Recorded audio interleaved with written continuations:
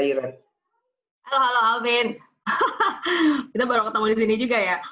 Halo, Iya. selamat sore Bapak Ibu, Bro and Sis yang udah join. Ayo dong ngobrol dong, buka mic-nya sebelum kita nanti serius-seriusan nih belajar sama Alvin. Say hi dong, halo. Ayo. Ada yang ngobrol nih. Gimana? Halo juga. Hai Ren, Alvin. Lo kok mirip sih berdua sih? Iya. Lo cocok banget satu frame berdua gini. Iya. Cuman Ren pas katanya gue kelamaan di oven. Iya. Kayaknya yang mesti pakai kacamata lu deh, bukan Alvin lo. Alvin, kemarin gue bilang sama Iren, lo harus apa sih namanya moderatorin Alvin karena lo bakal moderatorin Daniel Mananta.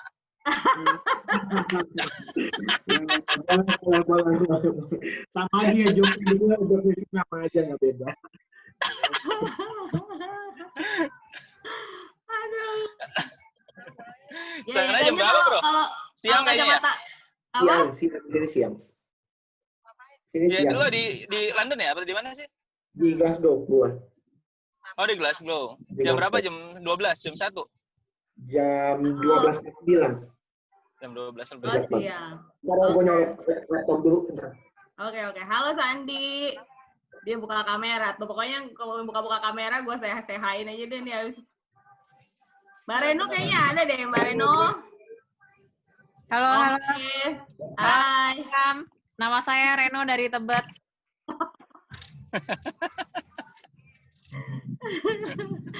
Aduh.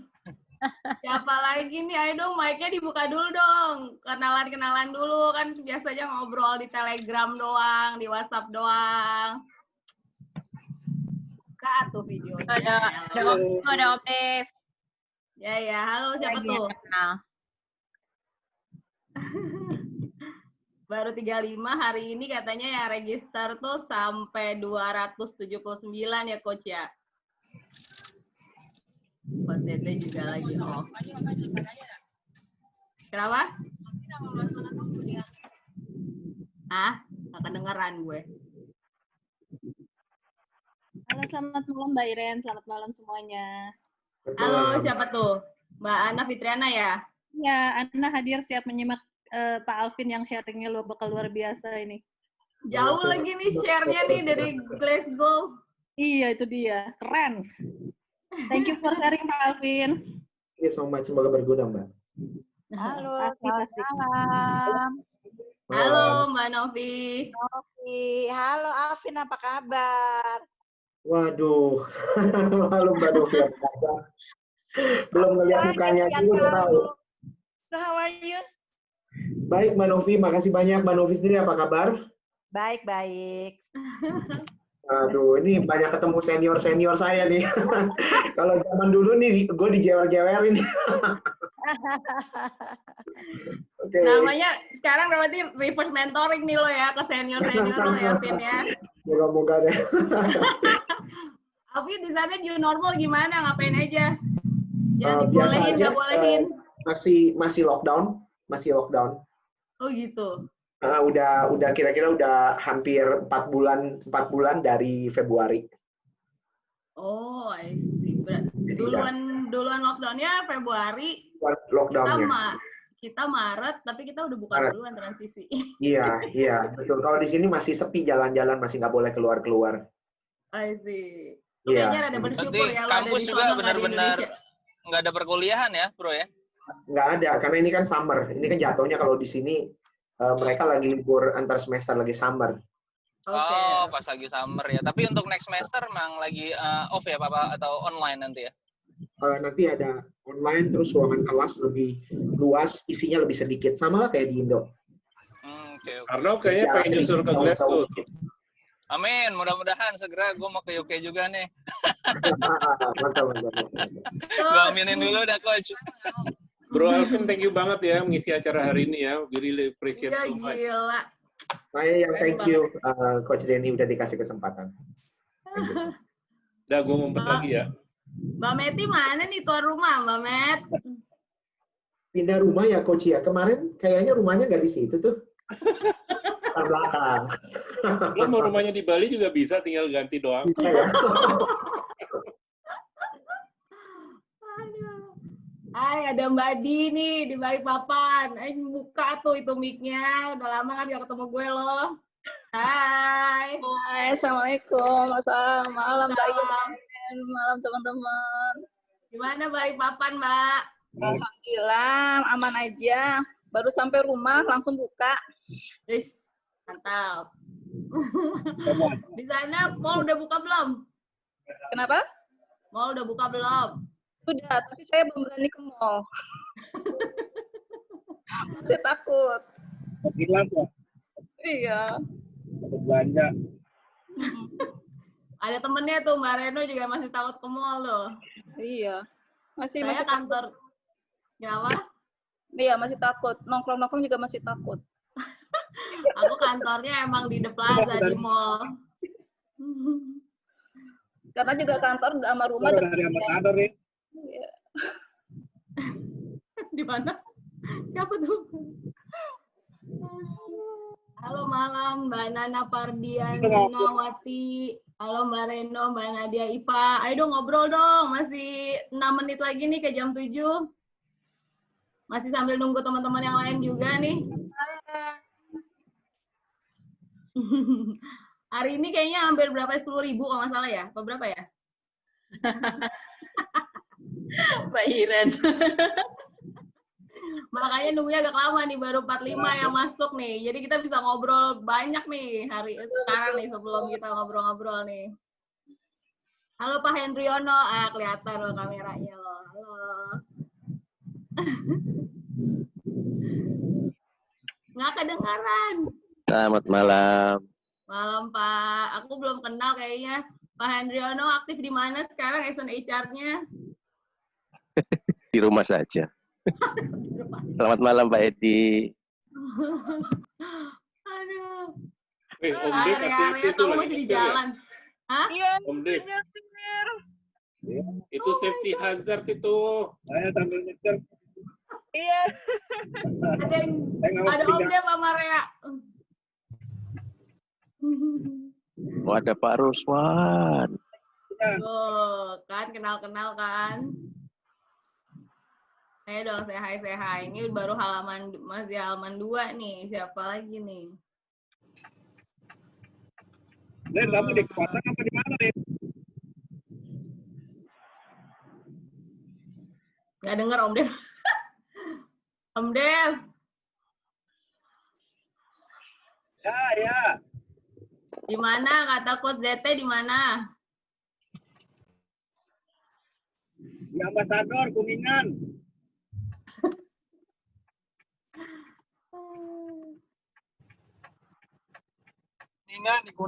Di Kuningan. Oh.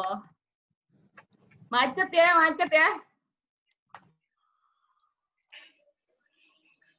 Nggak denger lagi deh. Ini ada Mas Hedi juga tuh buka kameranya. Ini berarti Hedi ada berapa nih? Ada di Next Gen ada 2 Hedi. Ini sekarang ada Pak Hedi juga. Halo Pak. Selamat malam. Siapa lagi? Ada Pak Edison Ali. Halo malam Pak. Ini mati lagi kameranya. Nyalain dong.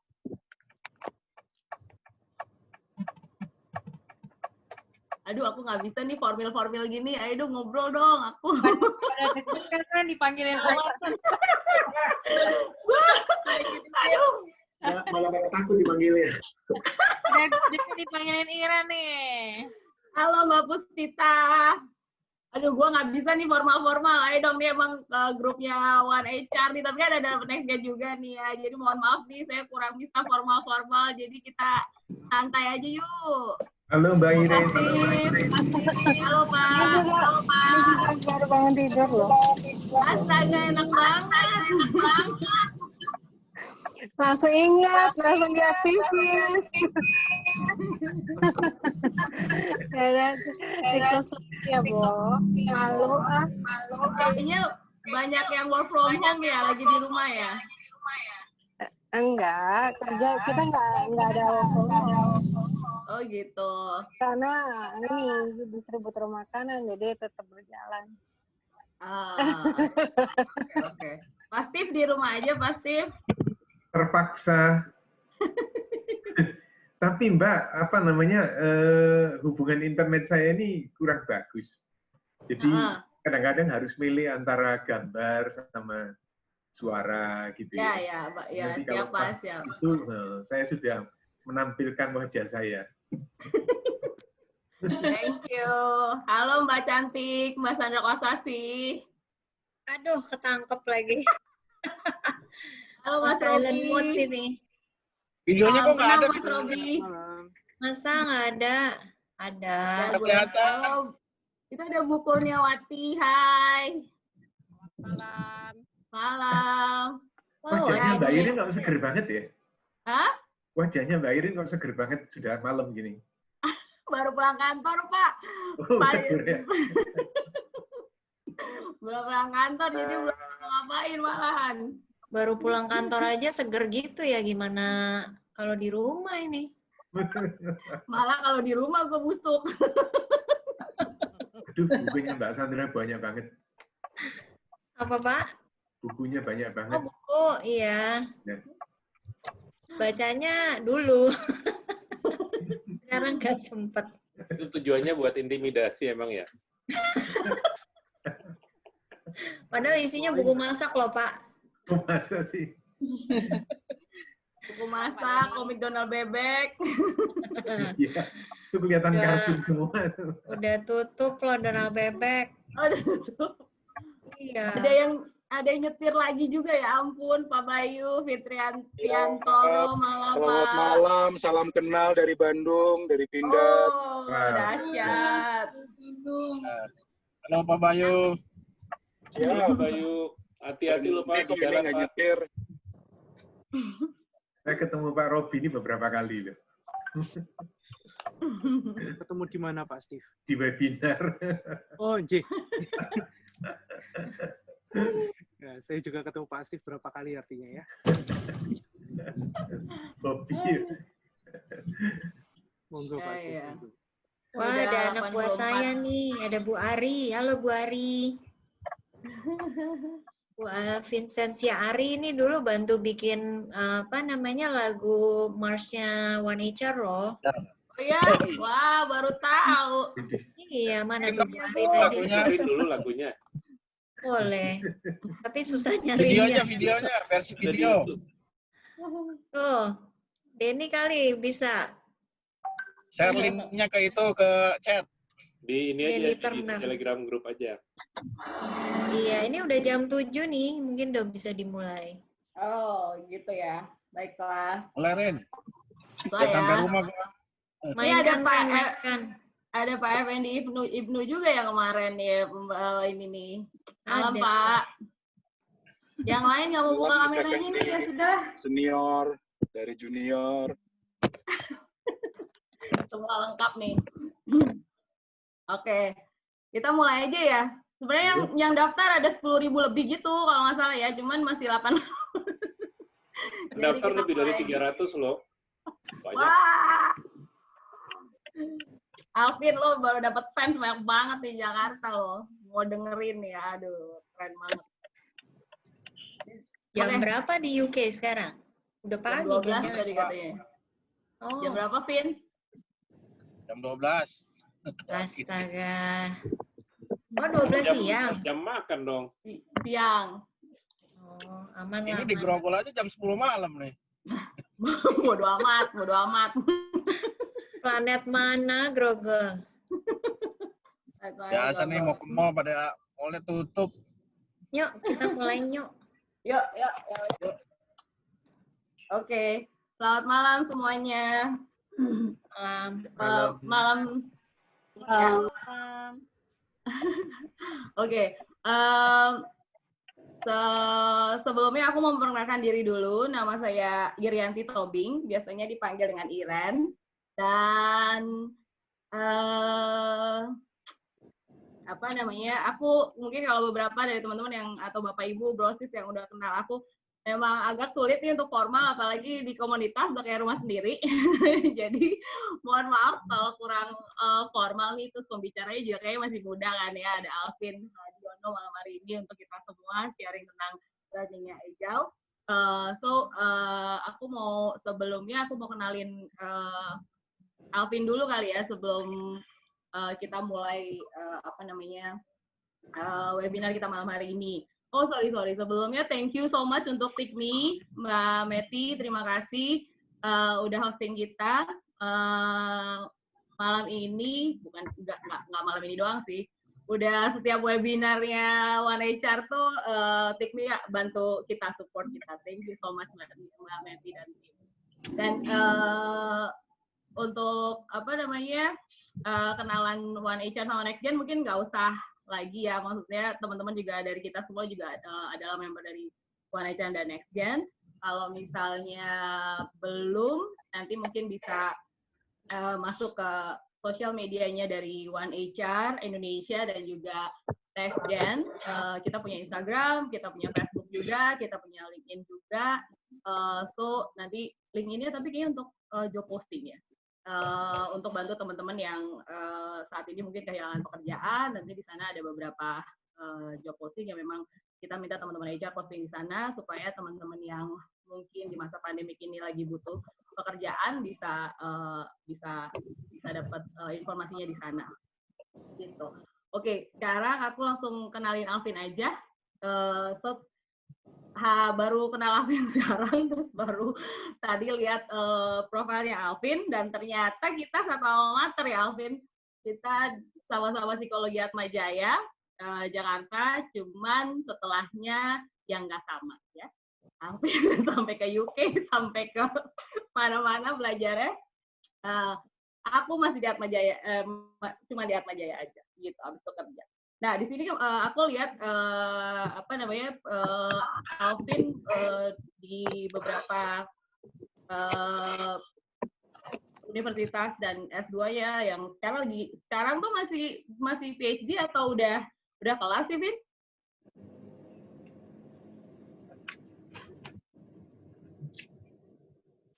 Mic-nya mati. Gue masih PhD, belum jadi PhD. Oke. Ya, yang di S2-nya menarik banget ya. Aku catat di sini belajarnya soal brand oriented, leadership and corporate brand management juga. Jadi itu menarik banget sih. Maksudnya orang HR kan mesti ngerti bisnis juga, dan itu proses scoop yang orang HR juga kita mesti sama-sama belajar juga. So bakal banyak banget yang mungkin Alvin bisa korelasiin dan bisa sharing sama kita malam hari ini juga. Nah, yang menarik adalah kenapa sih Alvin yang didaulat malam hari ini untuk sharing tentang learning agility ini. Aku lihat di sini bahwa Alvin itu sekarang kan lagi pursuing dia punya PhD di Human Resource Management and Organizational Behavior, dan research-nya emang fokusnya di learning agility ya, gitu. Lalu kita malam hari ini kita akan korelasiin dengan talent, dan bagaimana kita bisa bangun talent yang punya agility gitu di organisasi kita. Dan ternyata Alvin juga talent management professional, dia punya certified assessor dan trainer juga. Gitu. Jadi pas banget malam hari ini kita minta Alvin untuk sharing topiknya gitu ya. So nggak berlama-lama lagi, saya rasa saya bisa kasih ke Alvin untuk webinar kita malam hari ini. Terima kasih. Thank you, Iren. Iren, boleh tahu waktu gue berapa lama? 45 menit. 45 menit ya. Oke, ya. Jadi first of all, thank you so much buat teman-teman SC untuk kesediaannya untuk saya berbagi. Jadi sekedar perkenalan, nama saya Alvin. Saya dilahirkan di Jakarta, Indonesia gitu. Nah, saat ini saya sedang menempuh pendidikan di University of Glasgow di UK. Nah, dengan bantuan LPDP gitu ya. Jadi saya pergi ke sini itu dibayarin sama uang pajaknya teman-teman gitu ya. uang pajak yang teman-teman bayarkan setiap bulan. Jadi sudah sepantasnya lah saya itu berbagi gitu. Jadi berbagi ini sebenarnya salah satu bentuk kecil sekali yang saya bisa lakukan. Itu yang pertama. Yang kedua, terus terang saya bersyukur sekali bisa dikasih kesempatan sama teman-teman SC dan One HR. Karena kalau saya lihat nih SC-nya nih penggawa-penggawa HR yang saya pribadi sudah lama gitu ya kepoin LinkedIn-nya. Saya udah ngepoin LinkedIn-nya Mbak Zondra dari tahun jebot gitu ya. Udah terkonek sama beliau, sama Pak Denny Turner, sama teman-teman di sini, bahkan pernah sempat dulu kerja sama Sir David gitu ya. Jadi saya bersyukur banget gitu. Nah, jadi saya sebenarnya mau cerita mengenai research saya di Indonesia yang sekarang saat ini masih berjalan gitu, tentang talent management, khususnya learning agility. Nah, jadi kalau boleh di sini juga kebetulan ada senior saya Mbak Novi gitu. Jadi kalau seandainya saya cerita nyinggung-nyinggung mantan kantor gitu kan, dan saya salah, mohon dimaafkan dan bisa ditambahkan Mbak Novi. Saya terus terang suka sama spiritnya One HR, nggak ada kroco, nggak ada direktur. Kebetulan saya di bagian kroconya, jadi bersyukur masih mau didengarkan. Thank you so much teman-teman. Nah jadi saya boleh cerita sedikit sebenarnya sebelum saya mulai. Jadi kenapa saya tertarik bidang ini? Karena dulu itu saya sempat kerja di salah satu bank gitu ya, saya sebut brand aja, pernah kerja di Citibank. Lalu kemudian waktu saya kerja di sana, saya tuh melihat ada beberapa tipe orang gitu ya. Ada tipe orang yang memang dia tuh talent, sama-sama talent gitu ya, sama-sama talent. Tapi ada satu tipe talent tuh yang memang tuh fleksibel banget, agile banget gitu. Dia bisa pergi kemana-mana gitu. Jadi rekrutmen HR jadi, finance bagus, marketing oke, risk management gak mengecewakan dan sebagainya. Tapi ada juga orang-orang yang benar-benar fokus di satu lini, HR terus HR, marketing terus marketing, which is sama bagus gitu. Tapi saya tertarik untuk belajar lebih ke kenapa sih apa yang menjadikan seseorang itu lebih agile atau lebih lincah dari yang lain gitu. Jadi itu yang menyebabkan saya kemudian saya pursue S3 dan seterusnya. Saya sharing screen aja langsung. Oke. Ya, saya share screen saya. Iren kelihatan ya? Bisa dilihat ya? Sip. Oke, good. Jadi hari ini saya bicara mengenai learning agility, the human side of an agile organization. Jadi sebenarnya presentasi saya ini menyambung sih dari presentasinya Coach Denny, bicara mengenai agile organization, agile HR, kemudian bicara Pak Ian Dyson, Mr. Ian Dyson, bicara mengenai growth mindset, kemudian terakhir Pak Effendi Ibnu, beliau bicara juga, salah satu junjungan saya, itu beliau juga bicara mengenai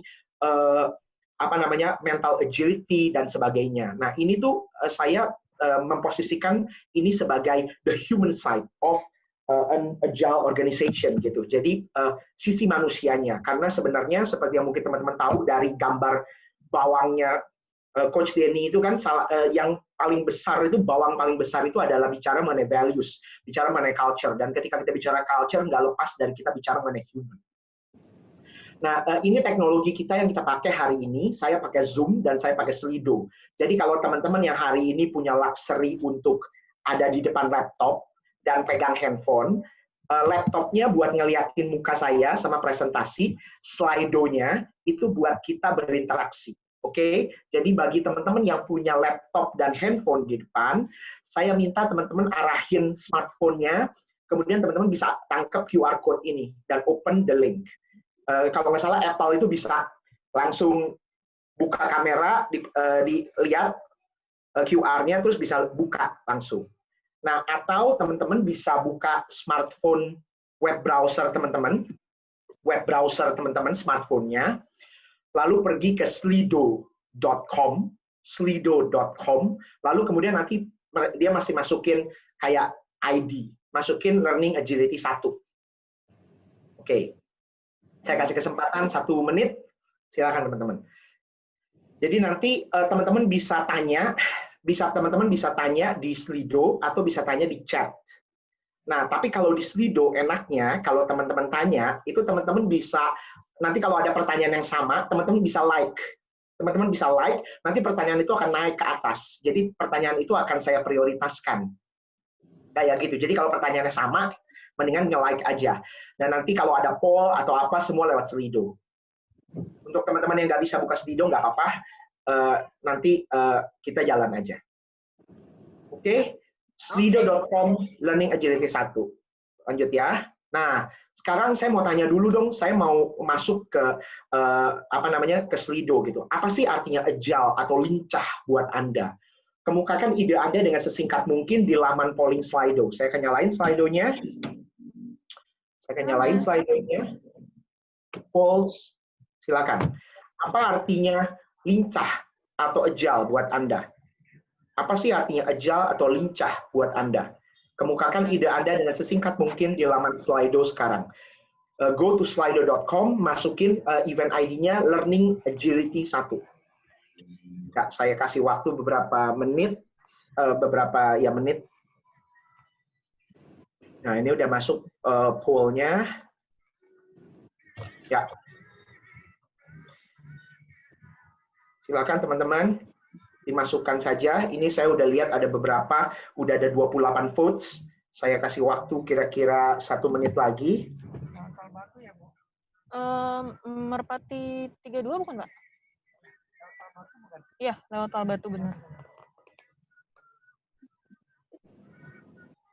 Ya, go to slido.com, masukin event ID Learning Agility 1.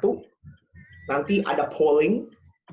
Pollingnya nanti bisa Anda masukin. Pertanyaannya simple. Apa artinya agile atau lincah untuk Anda? Apa artinya agile atau lincah untuk Anda? Dengan sesingkat mungkin saja masukin. Apa? Enggak gitu sih. Saya stop ya. Kalau untuk dibandingin sama sebelum ini sih. Oh, oke. Saya udah kecepatan, Iren. Pencet mute-nya. Oke, nggak apa-apa. Oke, good. Saya stop ya. Karena kita mesti lanjut. Sorry buat teman-teman yang baru masuk. Nah, jadi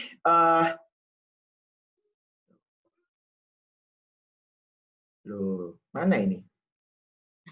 Oh iya, ke bawah hilang. Which one? False. Tadi udah. Udah harusnya, bentar ya. Masuk ke present mode kayaknya mesti balik. Masuk ke present mode. Oh iya, oke. Ups. Ya. Ya, oke. Nah, jadi ini ada banyak oke. Bentar, harusnya saya bisa keluarin ininya. Harusnya bisa keluarin. Oke. Ya, baik. Untung saja.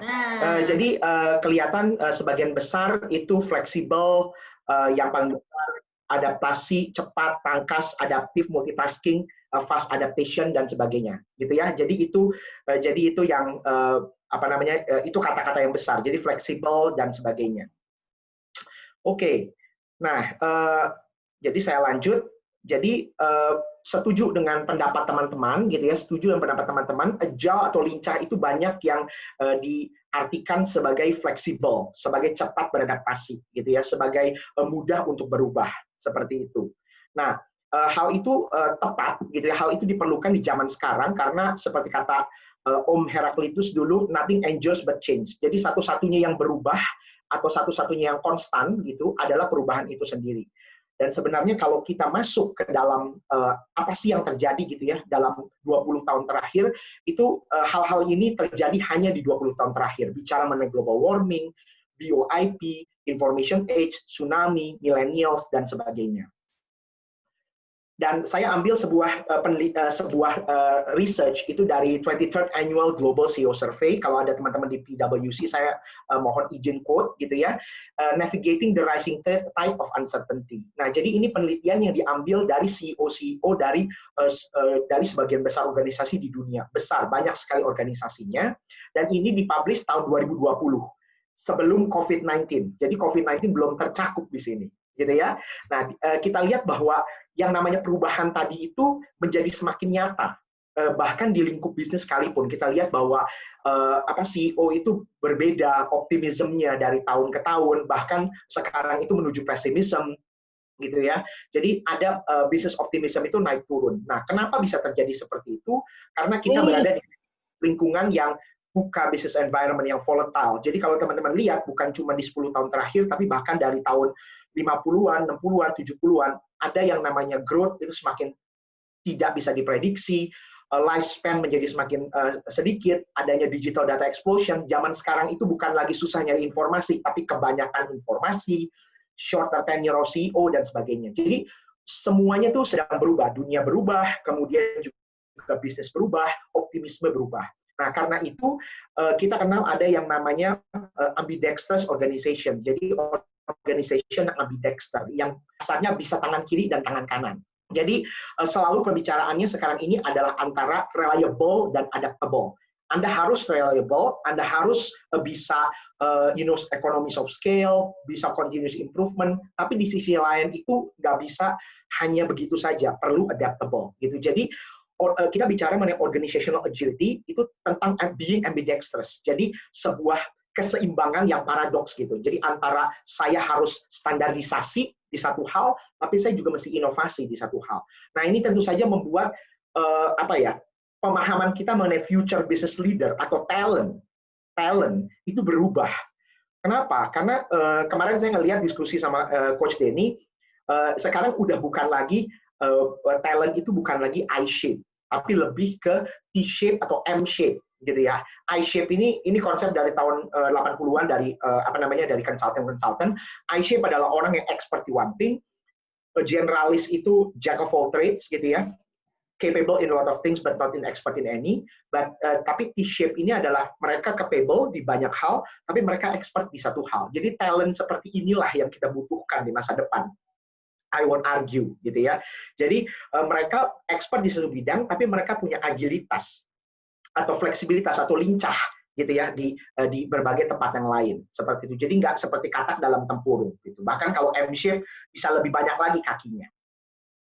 Nah, another thing yang muncul dari Global CEO Survey ini adalah mereka bilang apa sih concern CEO throughout the world, gitu ya. Ada 23.000 CEO.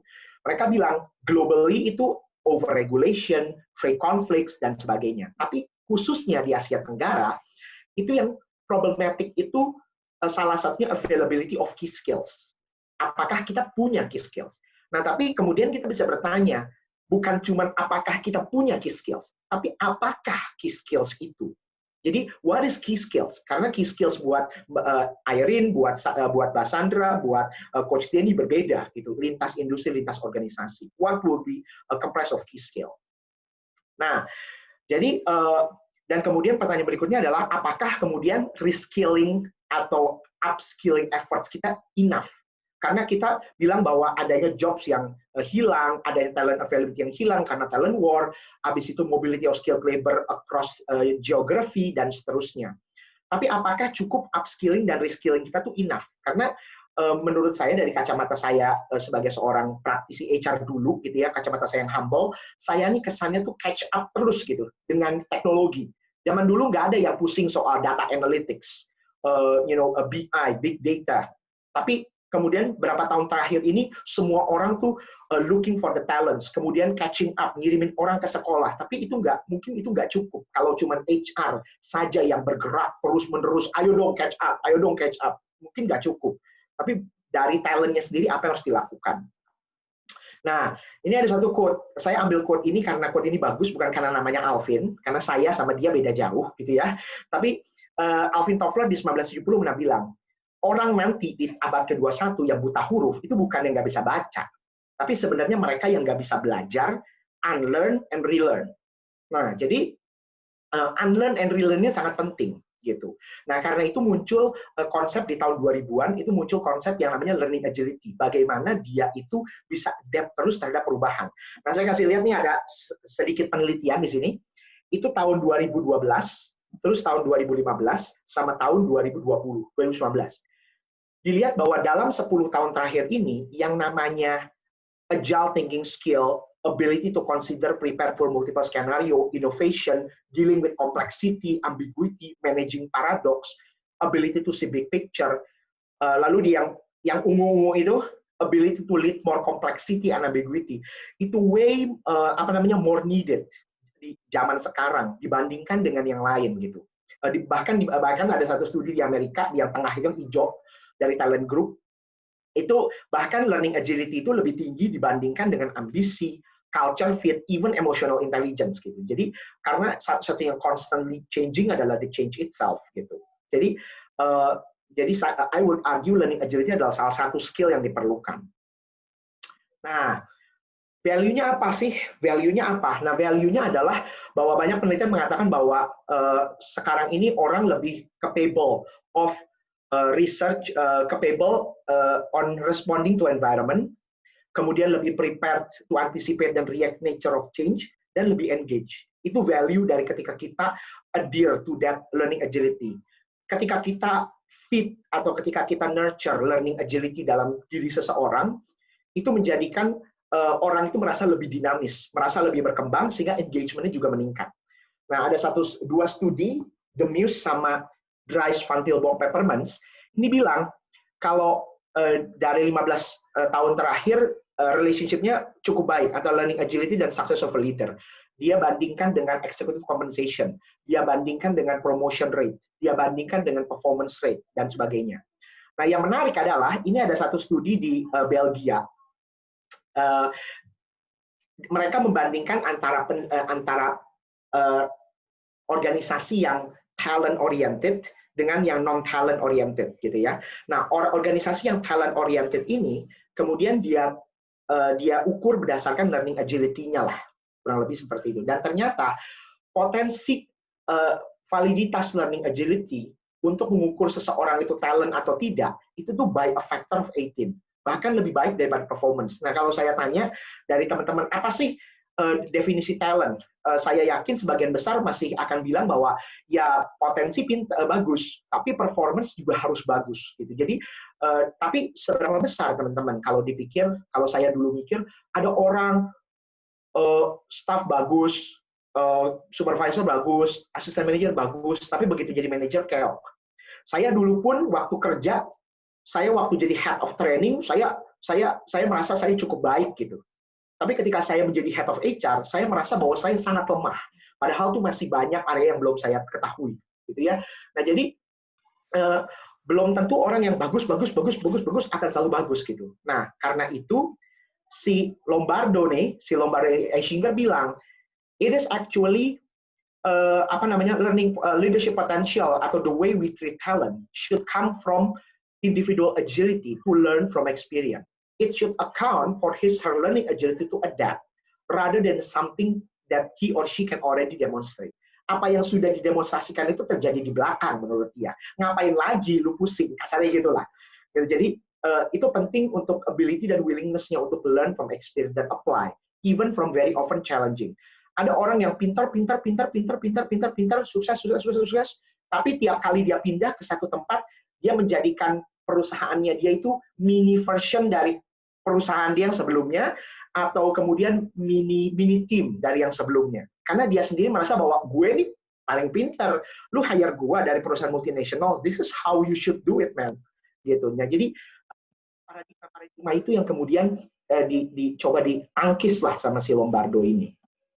Nah, saya skip ini, tapi learning agility is about growth mindset, is having a fixed mindset. Dan kalau teman-teman boleh lihat gitu ya, Scrum values, Kanban values, Lean values, itu salah satunya adalah penting adalah mereka punya yang namanya growth mindset gitu. Sesuatu yang sifatnya terus berubah, terus berkembang, di mana learning agility sebenarnya salah satu, saya bukan bilang ini silver bullet, saya nggak berusaha compete dengan Pak Ian Dyson gitu ya, tapi basically ini adalah salah satu cara lain untuk kita memahami sebenarnya apa yang harus kita lakukan dari talent kita, apa yang harus kita kembangkan.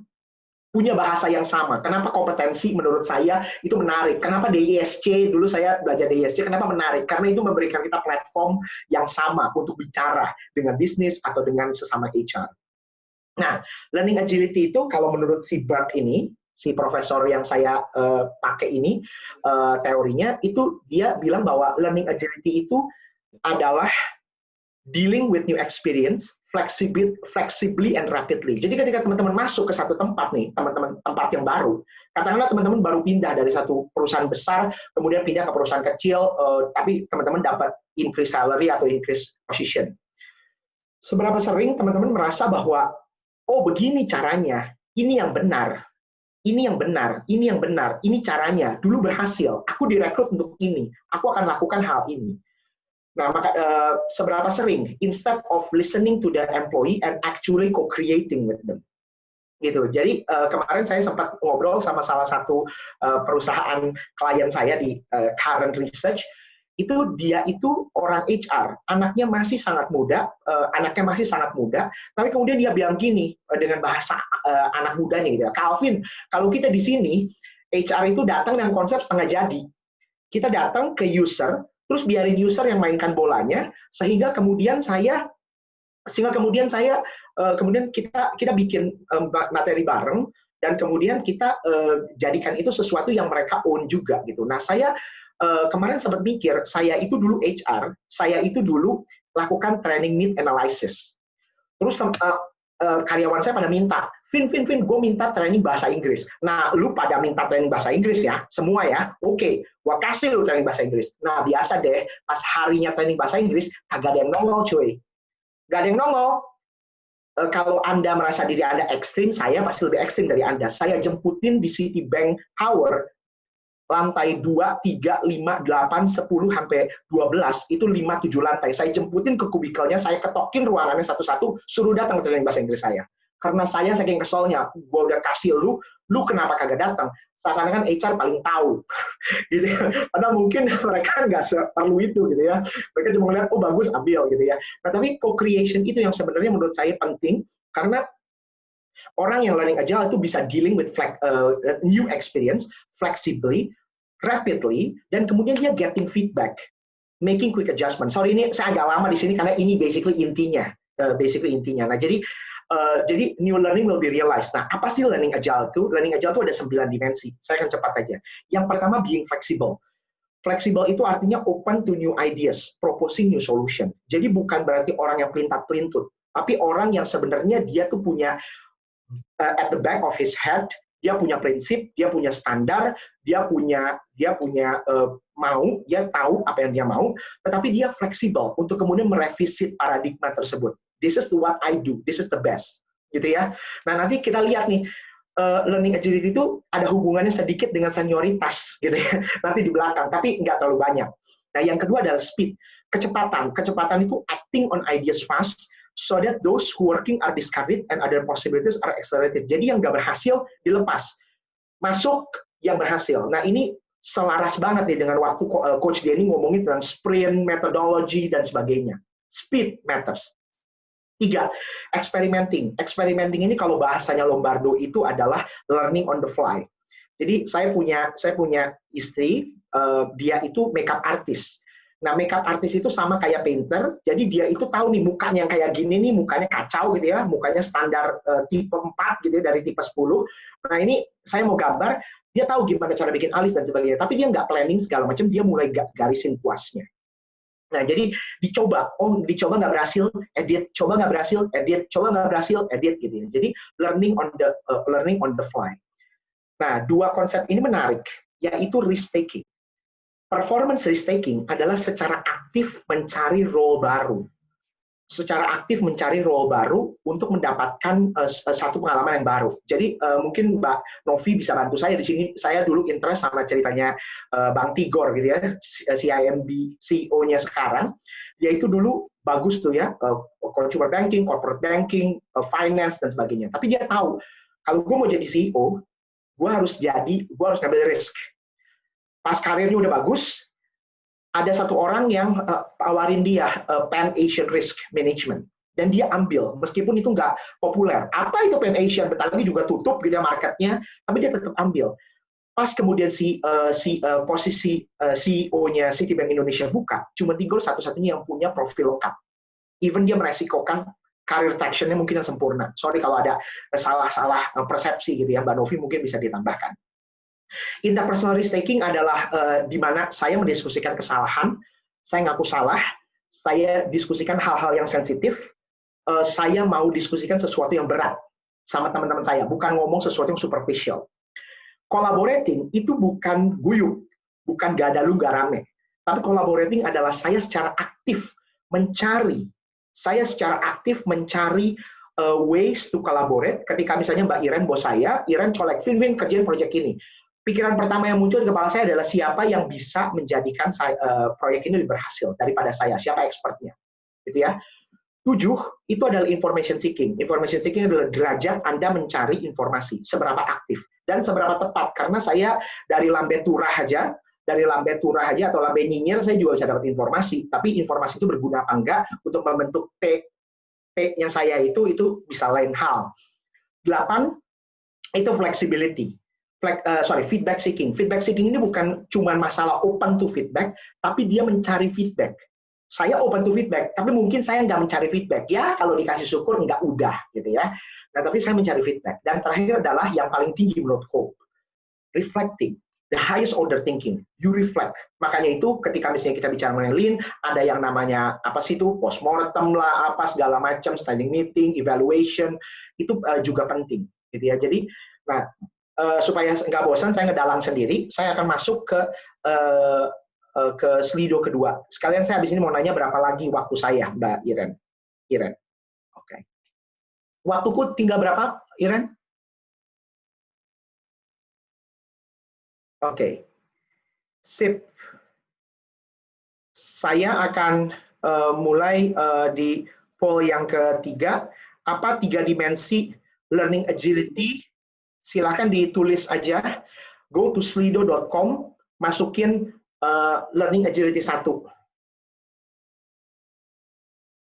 Tadi mic aku ketutup ya. Kita punya waktu 15 menit ya sebelum ketanya jawab. Menit, keburu. Oke, silakan dipilih 3, jangan dipilih lebih dari 3 ya. 3 yang paling penting untuk mendefinisikan karyawan bertalenta di perusahaan Anda. Silakan, teman-teman. Monggo. Oke. Silakan di go to Slido, jadi pakai handphonenya go to slido.com, terus habis itu silakan polling aja. Ini nggak ada hubungannya dengan penelitian saya cuma pengen ini aja, pengen tahu aja dapat gambarannya. Setelah saya tadi ngoceh, kira-kira mana 3 yang paling penting di organisasi Anda. Nanti itu berhubungan dengan slide nanti di belakang. Saya kasih waktu 1 menit lagi. 1 menit. Oke, wow. Oke. Ini masih gerak sampai 13.36 di saya. Silakan teman-teman polling di Slido, go to slido.com, lalu kemudian dipencet aja. Saya sampai 13 berapa? 45 ya? 13.45 ya? Ya. Saya sampai 10 menit lagi. 15 menit bisa. 15 menit bisa ya, oke. Kita jamnya beda ya, di sini kita 19, Alvin masih 13. Iya, oke, sorry. Oke, saya matikan ya. Sorry buat teman-teman yang baru masuk. Nah, oke, jadi, hilang lagi.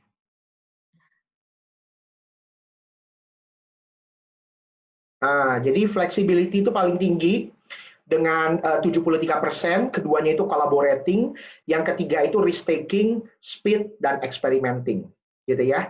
Nah ini flexibility, collaborating, dan performance risk taking. Oke, aku deactivate sekarang. Ya. Nah jadi itu learning agility gitu. Nah jadi ini sebenarnya research ini cepat aja 10 detik. Research saya itu lebih mengukur 2 hal. Yang pertama adalah apa saja sih yang mempengaruhi learning agility dari sisi personality dan dari sisi motivasi belajar. Tapi bukan hanya itu, bagaimana interaksinya dengan lingkungan, dengan culture. Culture seperti apa yang kita bentuk dan bagaimana pengaruhnya terhadap relationship ini. Itu bagian pertama. Bagian kedua adalah mengapa sekarang saya interview klien-klien saya adalah karena saya mau tanya, HR practices-nya apa sih yang Anda lakukan supaya Anda buat itu learning agility. Nah, ada satu nih perusahaan yang saya nggak boleh sebutkan namanya, tapi dia itu sangat obses dengan learning agility. Saking obsesnya, itu mungkin lebih sakit jiwa lagi dari saya. CEO-nya itu sampai benar-benar sampai ikutan jadi HR officer, recruitment officer. Jadi kalau ada CV, dia suka tuh ngeliatin anak-anak yang baru masuk, tuh CV-nya bagaimana, dan kemudian dia suka untuk interview, untuk ngecek orang ini tuh senang belajar apa tidak. Jadi bahkan sampai CEO-nya aja tuh pengen banget gitu, tahu hal tersebut. Gitu ya. Jadi benar-benar aspek culture itu sangat kuat gitu di satu perusahaan dibandingkan perusahaan lain. Ada startup yang kemudian nyarinya tuh dari hackathon yang berjam-jam, masa bodoh dengan lamanya, tapi mereka fokus kepada value ini. Itu ya. Ini alat ukur yang saya gunakan, Berkeley Learning Agility version 3.4 gitu ya, which is itu globally standardized and reliable and valid. Nah, terus orang-orang yang masuk ke project saya, yang gabung ke project saya, itu biasanya saya akan berikan sebenarnya laporan talent gitu ya, sekitar 28 halaman, menggambarkan mereka posisinya di mana, gitu ya, apa yang harus mereka lakukan, development plan-nya apa, dan juga lebih ke company report-nya gitu. Jadi seperti apa learning agility profile mereka, lalu kemudian apa yang harus dilakukan secara korporat, sampai dibandingkan dengan kompetitor, kurang lebih seperti itu dari secara umum dan secara khusus, gitu ya. Nah, jadi sekarang ini saya sudah punya 1.743 data, gitu ya. Jadi jumlah talentnya itu sekitar 1.000-an orang, sisanya itu non talent, gitu ya. Kurvanya cukup normal. Dan kalau teman-teman lihat, ini adalah pie chart-nya, gitu ya. Jadi ya cukup balance lah antara usia. Masih kebanyakan cowok gitu ya, masih kebanyakan yang university graduate, kemudian cukup banyak juga yang manager of others. Nah, tapi yang menarik adalah ini, saya mendapatkan tenure yang cukup balance dari tenure di company, tenure masa kerja, fungsi, dan ini industri coverage saya. Jadi industri coverage saya itu paling besar itu di financial service 50%, sisanya itu di 20% itu di ada yang agriculture, kemudian ada yang property development, ada yang financial service, ada yang carpentry, consumer goods, hospitality, dan sebagainya. Nah, apa insight-nya? Nah, insight-nya ini. Gitu. Jadi seperti apa sih sebenarnya learning agile people? Learning agile people adalah mereka yang sebenarnya punya derajat calmness, punya derajat ketenangan.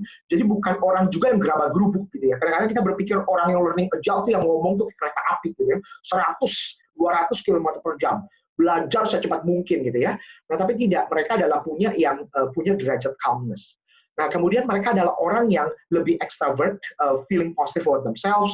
Mereka juga orang yang put some planning, dan mereka adalah orang yang high openness gitu ya. Mereka punya openness gitu. Nah, lalu gimana dong kalau saya bukan extrovert? Lalu gimana dong kalau saya nggak suka planning dan sebagainya? Nah, ini kan berdasarkan hubungan antara konsep gitu ya. Tentu saja learning agility ini tuh sangat behavioristic gitu. Jadi Anda bisa mempelajarinya gitu. Jadi ini hanya saya meneliti hubungannya dengan personality dari sisi teoritis. Nah, tapi ketika bicara mengenai aplikasinya, gimana saya bukan extrovert, gimana saya mungkin bukan conscientiousness gitu ya. Tentu saja kita bisa melakukan berbagai strategi pengembangan diri pribadi, yang mana kita bisa meningkatkan sebenarnya derajat learning agility kita, regardless of personality. Tapi ini gambaran secara umumnya saja. Jadi orang yang extrovert, orang yang low emotionality, orang yang lebih planning, dan yang pastinya yang paling bawah itu orang yang lebih terbuka terhadap sesuatu yang baru. Gitu ya. Ada orang yang lebih terbuka, ada orang yang lebih tertutup, tapi sebagian besar itu yang lebih terbuka itu learning agility-nya cukup baik gitu, relevansinya dalam learning agility. Nah, tapi yang menarik itu adalah yang di atas tuh, low agreeableness. Ini juga saya baru temukan di penelitian saya, bahwa ternyata orang yang learning agility itu bukan engge aja gitu, bukan iya. Tapi mereka juga sesuatu yang willing to argue, not easily compromise, they critical, they have principle. Tapi mereka bukan berarti mereka nggak fleksibel. Gitu. Jadi mereka punya prinsip, mereka tahu prinsipnya, mereka belajar, tapi kemudian mereka itu juga mereka itu fleksibel untuk revisit dan. Itu quick insight yang pertama. Nah, quick insight yang kedua, ini menarik gitu ya. Jadi aku jelaskan saja. Jadi bahwa ada dua orientasi.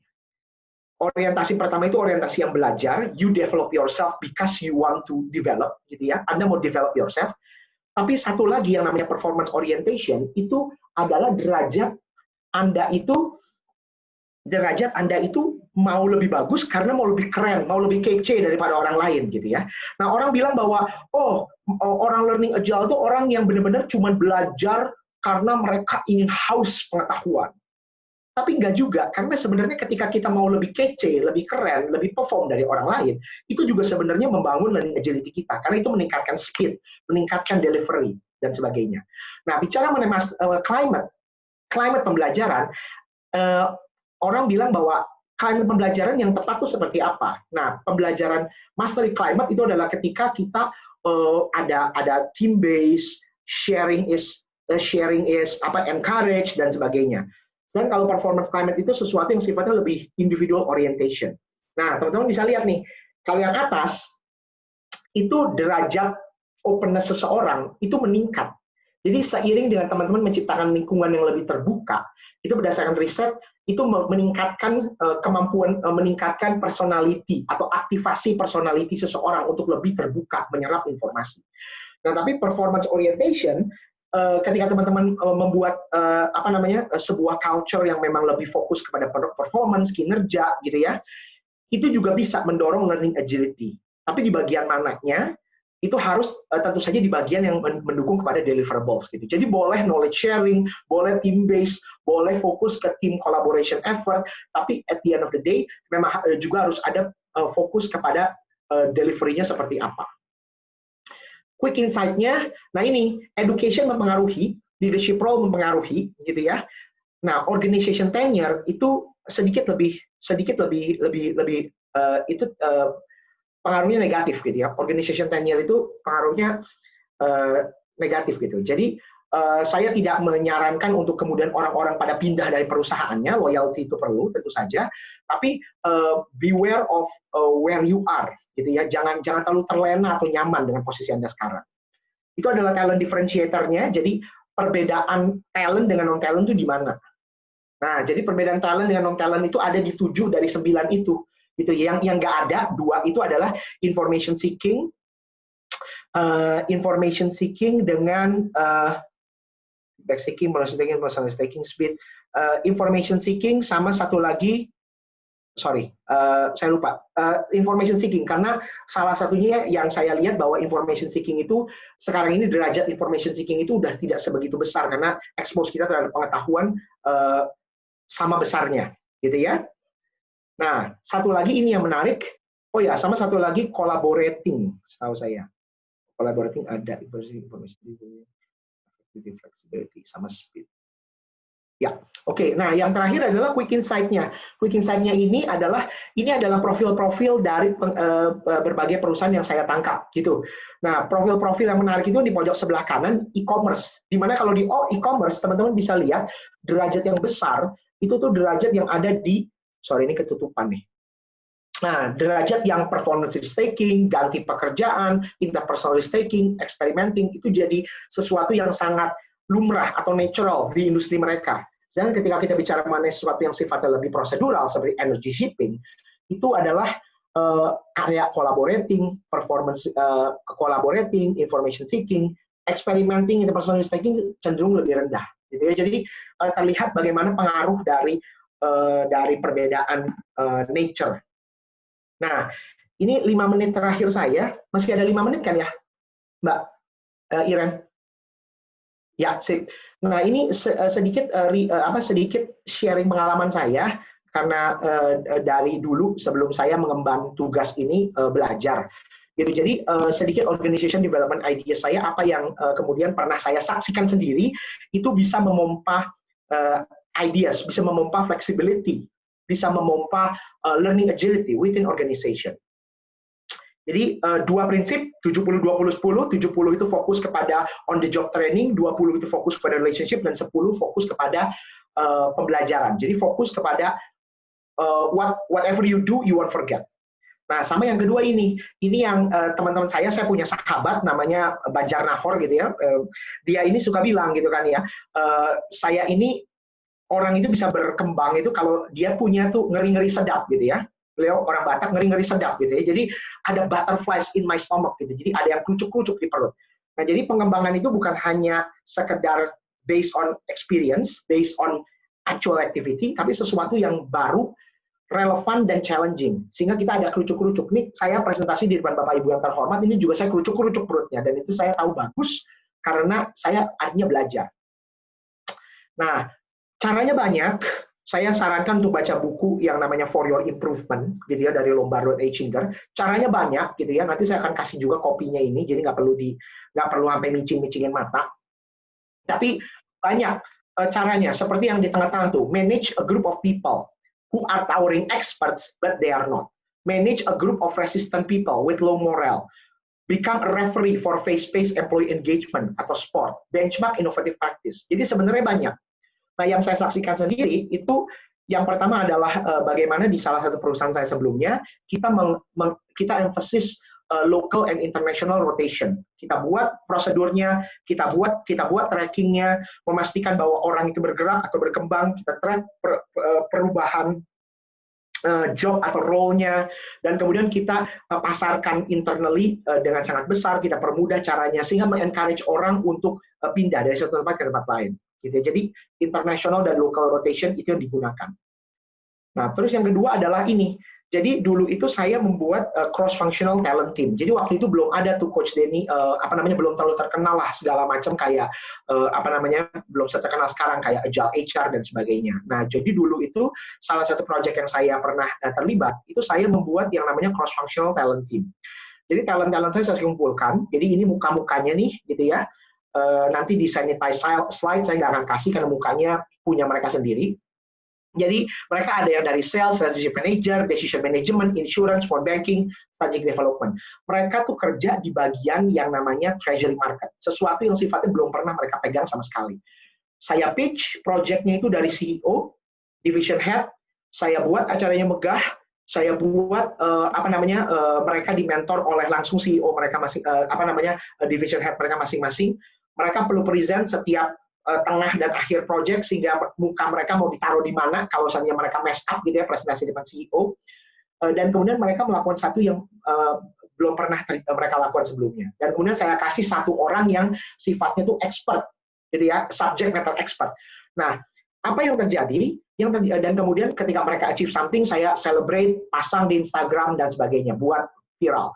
Nah, tapi yang menarik adalah satu, beberapa dari mereka mengatakan, oh gini toh cara kerja di departemen lain. Sehingga exposure mereka masuk ke departemen lebih mudah. Yang kedua adalah orang yang ditemplokin mereka ngerasa, oh gitu ya perspektif orang consumer banking. Nggak pernah tuh ada perspektif kayak gitu. Yang ketiga, adanya cross-pollination of ideas, cross-pollination of best practices across the organization. Gitu ya. Nah, kemudian ketika mereka ada masuk ke bisnis, ningkatin aja jumlah sales, biar cuma sedikit seupil, saya kasih mereka cerita, kasih mereka panggung sehingga bilang, oh HR itu kerjaannya bukan cuma ngabisin duit, tapi actually bisa contribute dikit gitu ya ke bisnis, ningkatin duit gitu. Jadi mungkin saya kasih panggung dan sebagainya. Nah, tapi mereka bisa belajar dan ada cross pollination of ideas itu. Gimana saya bikinnya, pastikan bahwa ada komitmen, pastikan bahwa mereka itu ada panggungnya, pastikan bahwa mereka itu ada social punishment-nya. Gua present di depan muka CEO, nggak siap, itu muka mau ditaruh di mana. Jadi itu yang sebenarnya waktu itu saya pastikan mereka tahu. Terus abis itu sedikit mengenai reverse mentoring, waktu itu bagaimana mentinya itu malahan yang lebih sepuh gitu ya, lebih banyak angkanya dalam biological age-nya, dan area-area yang sebenarnya berkaitan dengan digital gitu. Jadi kita lakukan itu. Lalu kemudian kita buat semacam social media, internal social media, di mana mereka tuh bisa kolaborasi antar unit, kolaborasi antar departemen, mereka bisa showcase, mereka bisa pamer, mereka bisa dapat like, the best post, and everything. Dan kemudian salah satunya juga yang kita berikan adalah akses terbatas ke massive open online course. Gitu. Saya mau tutup sebenarnya ini saya mau tutup sebenarnya dengan paradigma bahwa yes kita bisa menuju kepada agile for HR atau HR for agile gitu ya. Tetapi jangan lupa sebagai praktisi HR tentu saja kita perlu untuk memikirkan orang-orang yang sekarang ini kita manage sebagai HR, which is our own people gitu. Are they ready gitu ya? In which kalau mereka ready di bagian mana, tidak ready di bagian mana, dan itu yang perlu untuk kemudian kita terus kontemplasikan. Bukan hanya seperti kata Coach Denny, masukin tools, masukin proses, masukin praktis gitu ya, tapi kesiapan orangnya itu, paradigma yang ada, kita belum tahu gitu, kita mau develop di mana. Itu saja dari saya mau tutup dengan si Brian Herbert nih, satu quote American author, jadi katanya dia itu capability of learning itu adalah, again, ini ketutup jadi saya, capability of learning is a gift, ability to learn is a skill, but willingness to learn is a choice. So it's up to you after this, what you gonna do with this information. Thank you so much. Terima kasih. Asik.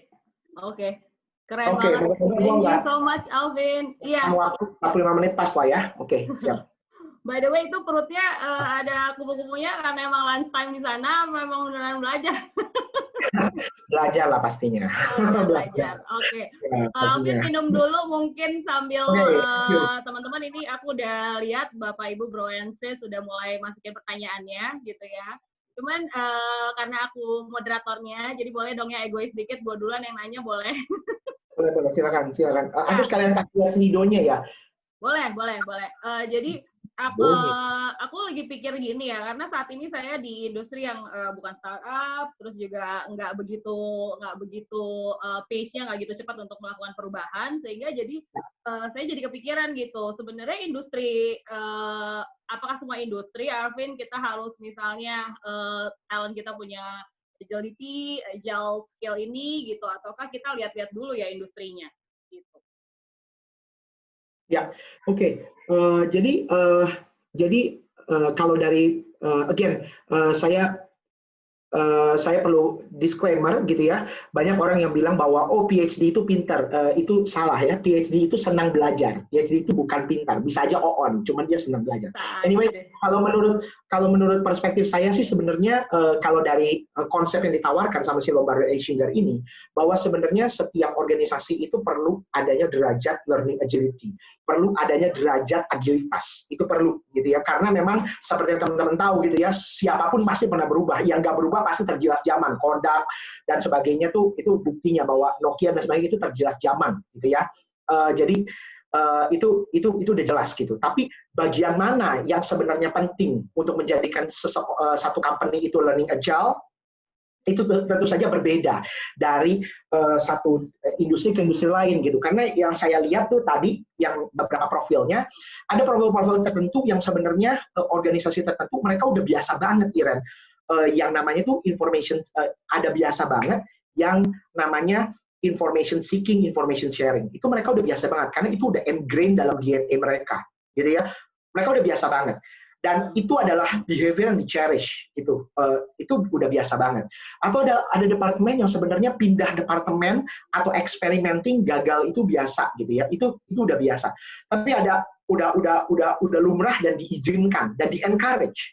Tapi ada di departemen lain, yang ada di departemen atau di industri lain yang sebenarnya mereka juga fokus kepada stability gitu. Jadi innovation itu sesuatu yang harus bisa, innovation itu harus sesuatu yang sifatnya lebih manageable atau lebih dikontrol gitu. Setidaknya itu yang saya dapat gitu dari mereka. Jadi cara mereka manage informasi, satu perusahaan yang energy shipping itu mereka lakukan adanya TMO.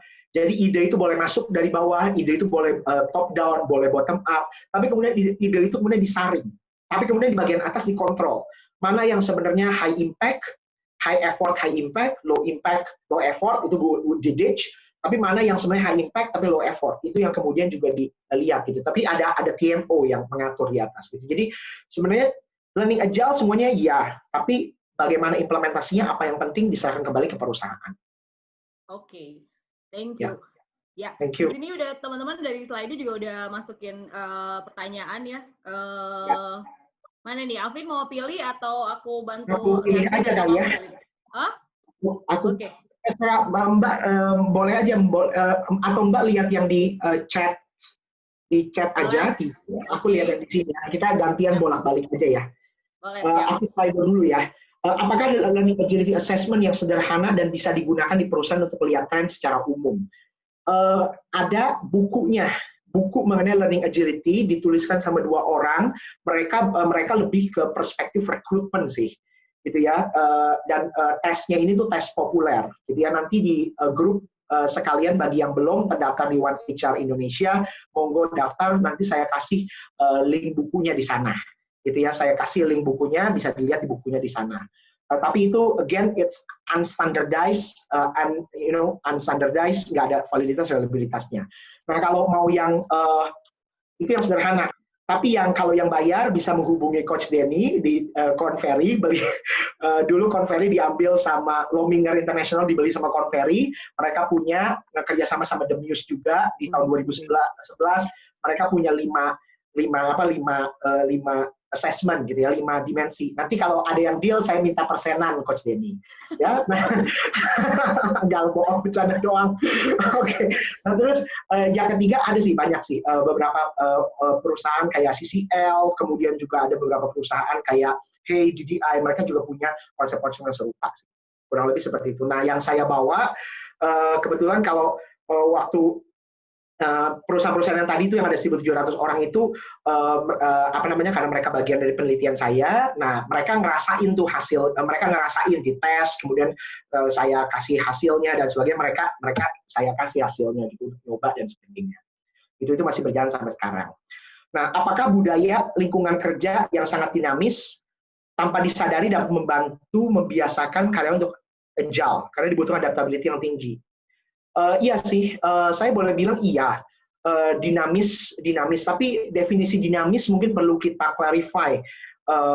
Sir David, moga-moga itu Sir David, kalau menurut hemat saya, dinamisnya apa gitu? Apakah kita bicara mengenai sales-based organization, cepat gitu ya, tiap kali dapat 1 miliar centeng, gitu, atau kemudian di papan namanya the best dan sebagainya. Itu dinamis, itu cepat, tapi dinamis yang seperti apa? Karena kalau dinamis yang seperti itu, kita lihat tadi, itu kan lebih ke information, lebih ke kita bilang tuh performance climate. Fokus pada individu, the best is individu. Nah, tapi kemudian the downtake, setidaknya menurut teori dan penelitian adalah the downtake adalah orang-orang itu akan lebih besar kemungkinan concealing information from others. Gitu. Jadi ngapain gue kasih, nanti nggak ada untungnya buat gue. Nah, bagaimana caranya kemudian dari HR membalance derajat untuk sharing itu. Jadi dinamis, yes, tapi dinamis seperti apa? Itu apa yang kemudian diharapkan, apa yang menjadi DNA, apa yang kemudian behavior apa yang di-encourage, behavior apa yang dimodel, behavior apa yang terus diomongin kayak kaset rusak. Itu yang sebenarnya menurutku itu juga penting. Silakan Mbak. Silakan Iren, kalau mau ambil dari chat, ada yang chat? Dari chat so far belum ada sih, baru komen dari Pastif aja, very good, informatif, dan banyak sekali yang bisa di-share dalam waktu yang tidak lama, so it's very very good comment, thank you Pastif. Mungkin bisa dilanjutin dari slide dulu aja, Alvin. Oke, kelihatan ya slide-ku ya. Apakah ada, kalau ada pertanyaan yang menarik, itu minta tolong dicentik aja di like, nanti gerak ke atas. Apakah ada sebagai kandidat interview guideline to know seseorang itu high learning agility atau tidak? Nah, di buku itu sih ada kandidatnya learning agility atau tidak. Kandidat itu ada gitu ya. Tapi setidaknya saya kan bagian kedua dari penelitian saya kan wawancara juga tuh orang-orang yang maksudnya perusahaan-perusahaan yang learning agility-nya baik, kemudian apa yang mereka lakukan, best practice-nya. Nah, best practice-nya ada salah satu perusahaan dia pakainya tuh hackathon gitu ya. Dia pakainya inisiatif dia pakai inisiatif project, hackathon, kemudian ada HR hack, kemudian ada yang mereka bikin inisiatif project, kemudian mereka present, ada yang sifatnya bentuknya kayak leadership camp gitu ya. Terus ada juga yang ekstrim sampai CEO-nya ngeliatin CV-nya mereka.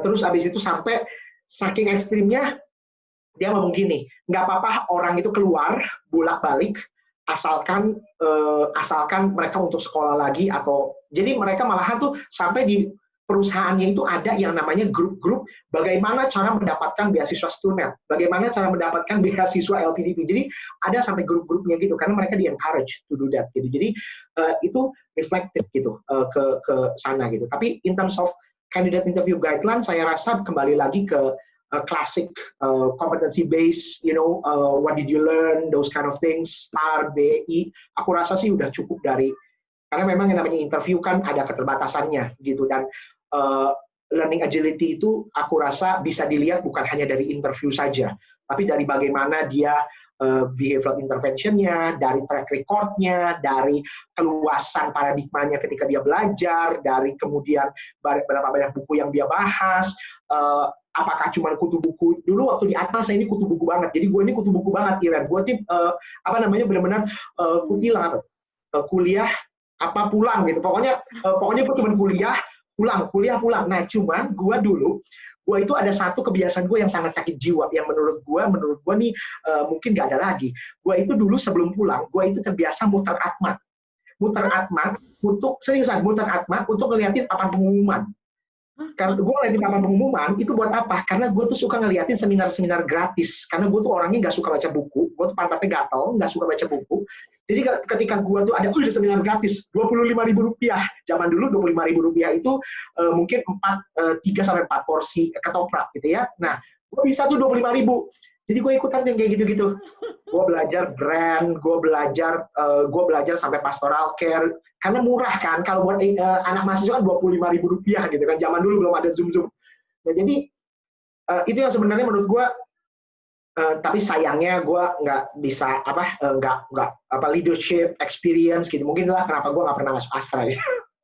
Anyway, kurang lebih kayak gitulah gitu ya. Terus oke, bagaimana kita sorry. Nggak apa-apa, lanjut. Aku bantuin bacain aja yang mana nih yang mau ini nih.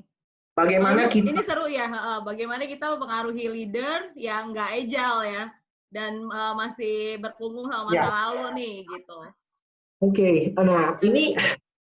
Jangan ngomongin fast learning katanya, waduh ini... Oke. Nah, jadi kalau dulu setidaknya aku sharing lagi, kalau yang dulu aku di salah satu bank yang sama-sama Mbak Novi, gitu ya. Jadi dari tadi saya panggilin Mbak Novi nih, untuk kemudian beliau membackup saya, kalau ada cerita saya yang nggak tepat.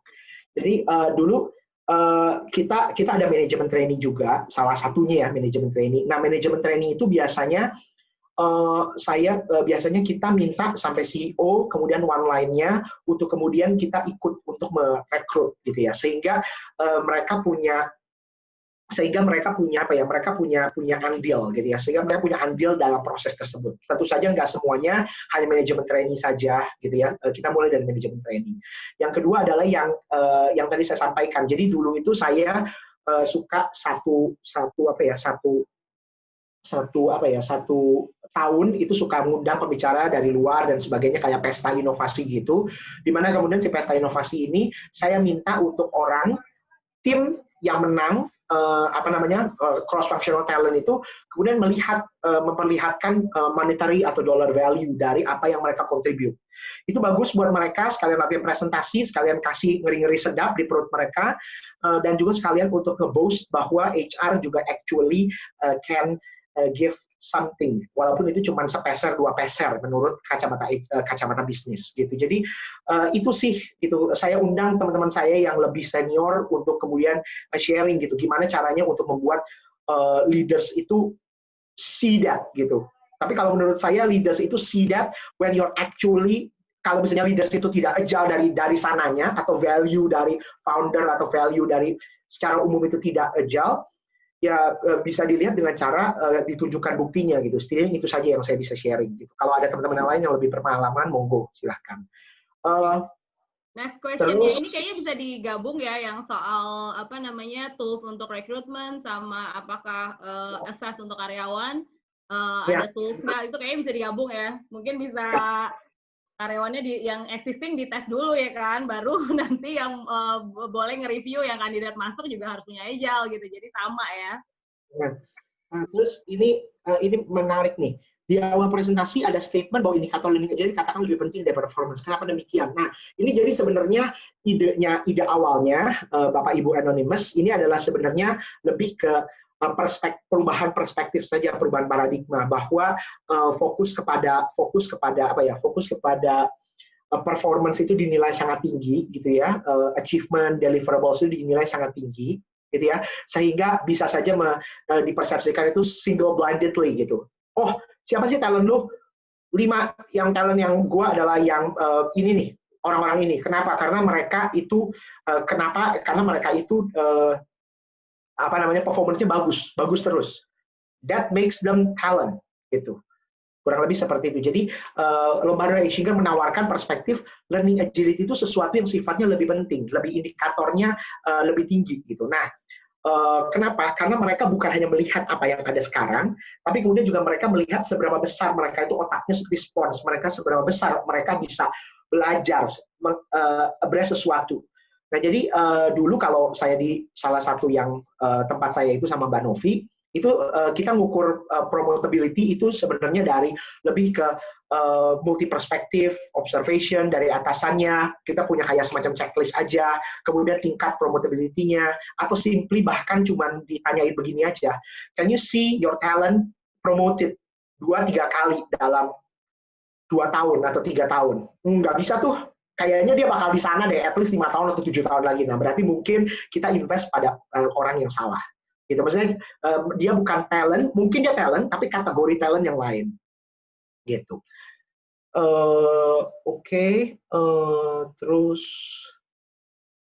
itu tuh ya. Dari chat ada? Dari chat ada, Mbak? Dari chat ada? Dari chat belum ada nih, belum ada. Belum ada ya. Oke. Teman-teman bisa nanya ke slido.com, nanti kita bahas dari sana. Nanti kalau ada yang suka bisa di like aja, nanti bisa naik ke atas slide-nya. Terus aset rotasi. Iya, kalau misalnya di kantor tuh kita jarang ada yang rotasi. Apakah agility-nya rendah kantor tersebut? Saya nggak bisa bilang begitu.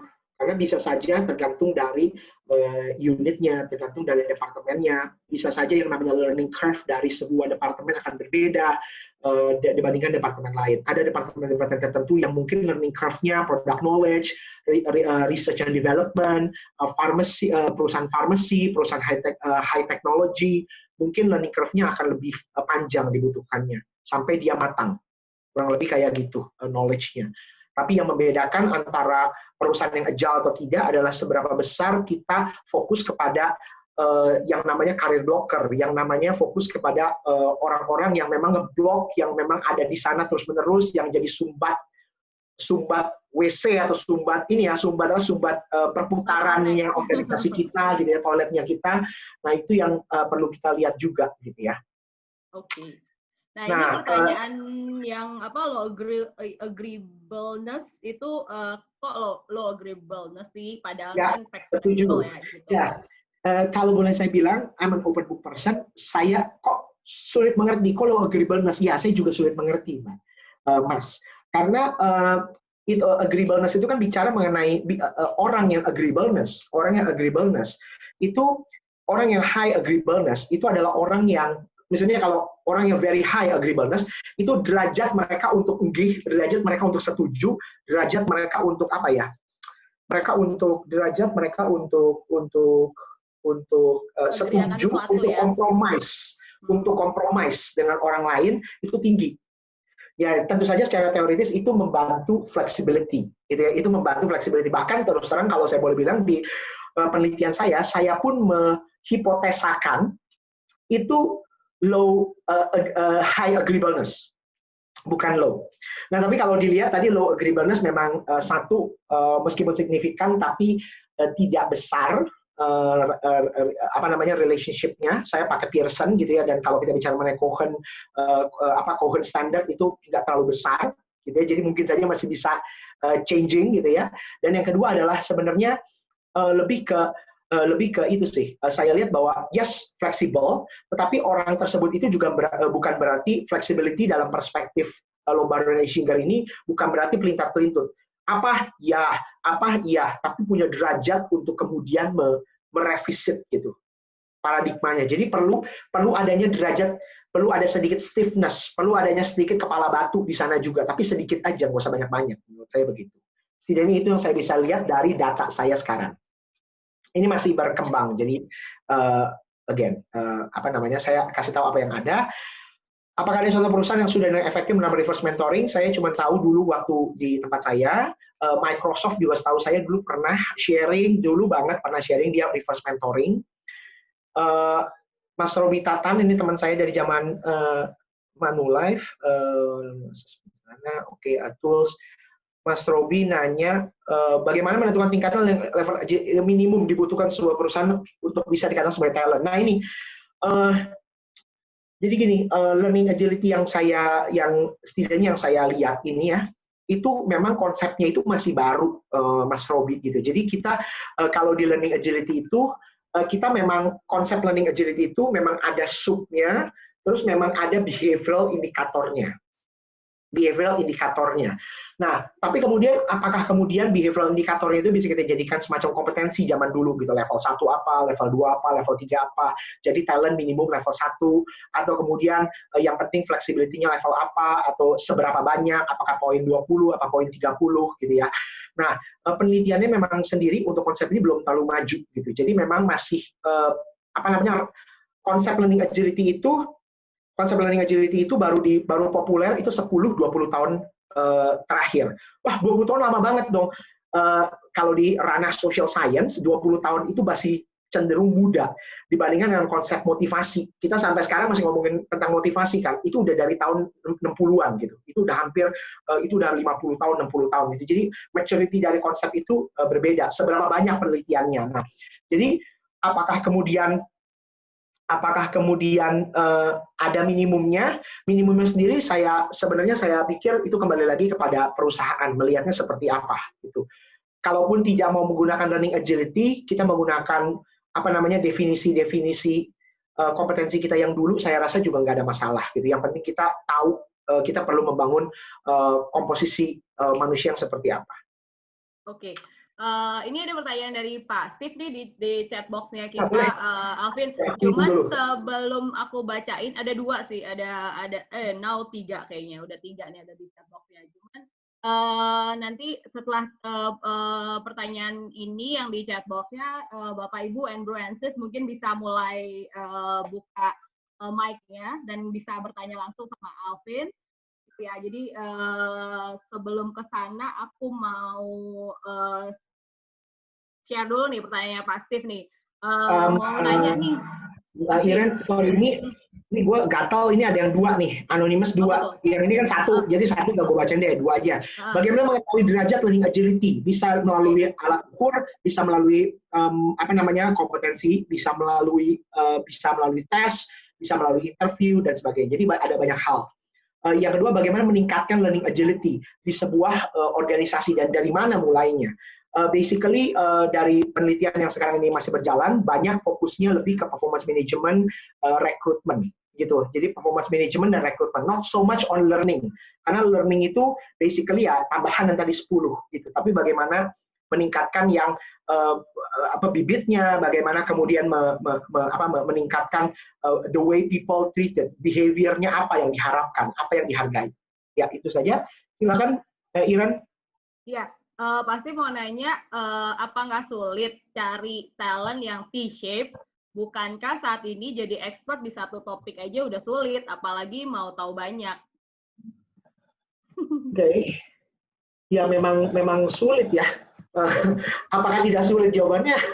Mungkin pasti bisa unmute. Tapi menurut saya memang sulit, Pak. Memang sulit gitu. Tapi menurut saya gini sih, konsep T-shape yang saya pahami gitu ya, adalah bahwa satu itu expert memang kita cari. Tentu saja expertise itu yang kakinya itu, I think from my humble opinion, itu sebenarnya akan come naturally dengan dia merekrut di posisi apa, Bapak misalnya merekrut risk professional, berapa lama dia jadi risk professional, dia pernah project apa, dia pernah skill apa, dia pernah experience apa, and then Bapak kasih duit dia, gaji dia, posisi, tanggung jawab sesuai dengan kematangan, maturity dia, itu it goes without saying gitu, dari sekolah dia dan sebagainya, it goes with the T, gitu yang T. Tapi yang topiknya itu yang sebenarnya menurut saya adalah seberapa besar wawasan dia di luar risk, gitu. Wawasan dia, versatility dia di luar risk. Contoh misalnya business knowledge, business understanding, people development, people management, kemudian juga updates on current methods, on current trades, abreast dia terhadap development atau updates dia dengan berbagai. Jadi T-nya itu complementing skill-nya. Nah, lalu complementing skill apa yang sebenarnya penting ya? Kembali lagi menurut saya nggak bisa bilang bahwa, again, karena ini saya cuma ngelihat dari sisi learning agility. Jadi kalau saya cerita terlalu banyak, ketahuan saya bohong, gitu ya.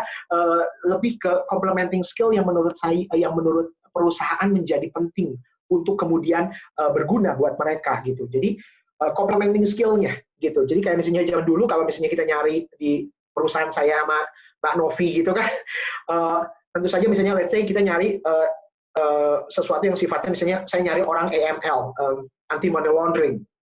Pas saya nyari anti money laundering itu tentu saja nyari T-nya itu adalah legal skill, kemudian juga money laundering, kemudian juga regulation. Tapi di sisi lain adalah bisnis perbankan, kemudian juga related business dengan organisasi kita, kemudian current trends di money laundering activities dan sebagainya, itu juga kita tanyakan.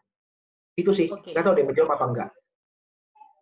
Ya, kita cuma punya waktu 13 menit lagi nih, Bapak Ibu Brancis. Jadi kalau ada yang mau tanya bisa langsung nyalain mic-nya. Mungkin Bu Christina Samosir sama apa nih, ada Kuat, mungkin bisa nyalain mic-nya, bisa bacain langsung pertanyaannya. Sambil nunggu teman-teman lain juga mungkin yang mau tanya langsung ke Alvin. Halo. Atau mungkin aja ya. Halo. Oke, siapa tuh? Halo. Ya, halo. Halo. Kuat dari Cikarang. Halo, Cikarang. Ya, terima kasih udah ada teman yang ngasih undangan ini. Jadi saya coba tanya, mungkin saya background-nya adalah manufacturing, berkarir di manufacturing hampir mungkin sekitar experience totally 3 company sebelumnya, total sekitar 15 tahun. Ya, siapa? Iya, Pak. Keputus, Pak. Pertanyaannya, Pak? Jadi saya dipindah, Pak, dari manufacturing tuh ke logistik misalnya. Jadi agile tadi.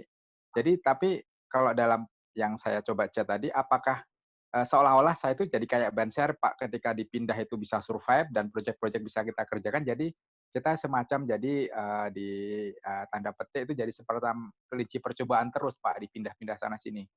Kira-kira itu pertanyaan. Terima kasih. Ya, Pak Kuat harus datang 2 minggu yang lalu. Waktu Mas Ian Dyson itu cerita mengenai fixed mindset dan growth mindset. Jadi kalau menurut my humble opinion, tentu saja saya nggak tahu bagaimana keadaan Pak Kuat sebenarnya, gitu ya. Terlalu sombong kalau saya bilang gini gitu. Cuman menurut hemat saya itu bagaimana sebenarnya Pak Kuat memandang hal tersebut, Pak. Saya rasa sih seperti itu. Ketika orang itu punya growth mindset, gitu ya, setidaknya menurut penelitian, gitu ya, growth mindset adalah ketika Bapak melihat, oh ini ada kesempatan untuk belajar, ada kesempatan untuk kontribusi. Karena jangan salah, Pak, ban serep itu berguna loh, Pak. Kalau saya pecah ban di tol, saya tuh nggak, bahkan mungkin istri saya sama ban serep lebih berguna ban serep, Pak. Gitu ya, daripada istri saya. Gitu. Jadi gitu. Jadi saya ambil positifnya memang begitu, karena saya nggak apa-apa mengorbankan experience di manufacturing untuk belajar lagi di dunia logistik. Saya kira itu memang seperti itu di masa seperti sekarang pandemi ini, jadi ya berguna juga ternyata. Betul. Bahkan mungkin bukan berguna juga, tapi sebenarnya sangat berguna. Karena pada dasarnya kalau zaman dulu kan kita tahu yang namanya ladder versus lattice, gitu ya. Ladder versus lattice philosophy. Nah kalau ladder itu kan sebenarnya kan atasan saya nggak mati nih, nggak saya kasih kopi Vietnam gitu ya, nah nanti nggak maju nih saya nih gitu kan. Nah tapi kalau menurut hemat saya sih ketika Bapak itu belajar ke tempat lain, Bapak lateral movement, itu sebenarnya Bapak membuka kesempatan yang baru untuk Bapak belajar satu perspektif yang baru dan juga mengaplikasikan apa yang Bapak sudah pelajari sebelumnya. Saya rasa sih seperti itu sih Pak Kuat. Itu akan jadi ranah Bapak untuk menciptakan inovasi gitu. Kalau misalnya contohnya dulu Bapak di manufacturing, kemudian sekarang Bapak di logistik gitu ya. Nah nanti setidaknya Bapak tahu gitu ya, kenapa sebenarnya orang manufacturing itu selalu resek dengan logistik gitu ya. Ketika logistik itu minta, oh cepat mana, gue mau sebarin, sedangkan manufacturing mungkin belum siap, error defect rate-nya masih tinggi dan sebagainya. Itu sebenarnya perbedaan perspektif itu yang bisa Bapak hargai, appreciate gitu. Sehingga Bapak jadi lebih mature melihat itu. Itu sih dari perspektif saya. Terima kasih. Pak Kuat kayaknya ketawa-ketawa, jadi kayak udah ngerasa iya gitu, iya gue banget tuh kayaknya. Ya begitu, jadi memang dua sisi yang sangat berbeda ya, manufacturing dengan logistik. Oke. Ini ada Bang Victor Yohanes, bacain sendiri deh pertanyaannya, Bang Victor. Halo. Atau mungkin dari endorsement dari SC yang lain gitu kan. Nah, komen. Ini juga karena SC, Alvin, gue kan takut, jadi langsung gue kasih aja, Bang. Ini senior. Silakan. Bacain. Tanya. Coba Victor dulu ya. Sambil di jalan bacain aja kalau boleh, sorry, thank you. Oh, oke. Siap. Dalam kondisi sekarang, hampir semua perusahaan fokus mempertahankan operasional perusahaan dan efisiensi. Kira-kira model learning apakah yang paling disarankan untuk saat ini? Karena bisa aja hampir beberapa talent-talent kunci itu sedang fokus dengan aktivitas yang sekarang demi sustainable business atau perusahaan itu sendiri, Alvin. Ya, thank you. Aku sharing ya, Pak Fik. Bentar, Alvin. Itu Bang Victor sambil nyetrika. Coba lu matiin aja deh videonya, malu-maluin aja lu. Loh, itu learning agility, Ren, gitu kan. Oh iya, maaf. Ini gue on nyetrika, gue harus masih nyetrika ya, gitu kan, untuk mastiin gue bagus. Anyway, ini sih, jadi Pak Victor, jadi aku kan sempat ngobrol juga sama beberapa kru, kemudian juga sama teman-teman yang ada di sana. Justru sebenarnya justru kalau dari pembicaraan aku dengan para klien-klienku itu,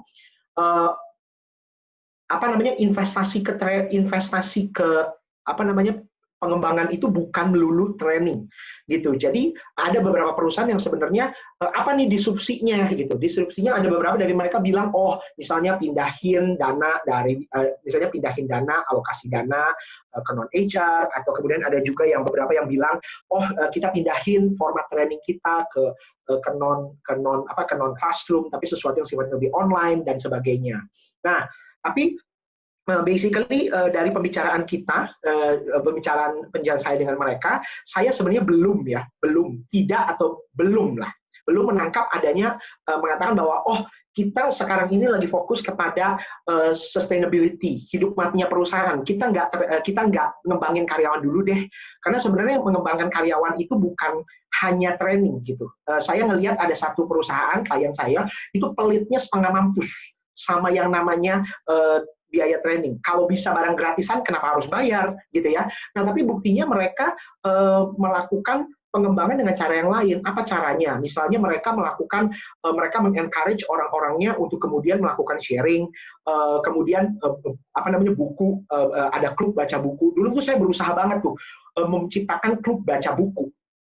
Pengen banget nyiptain klub baca buku, tapi pada dasarnya mungkin gara-gara orang Indonesia lebih senang ngobrol kali ya daripada baca buku. Ini saya sangat suzon gitu. Cuman susah banget gitu. Kita baca buku itu susah banget. Nah, tapi di sini orang itu baca buku tuh gampang banget gitu. Kenapa? Dan ternyata setelah saya lihat adalah kemudian misalnya dari leadernya, CEO-nya, itu kemudian dia tuh suka hadir di book club-nya, suka nongkrong di book club-nya.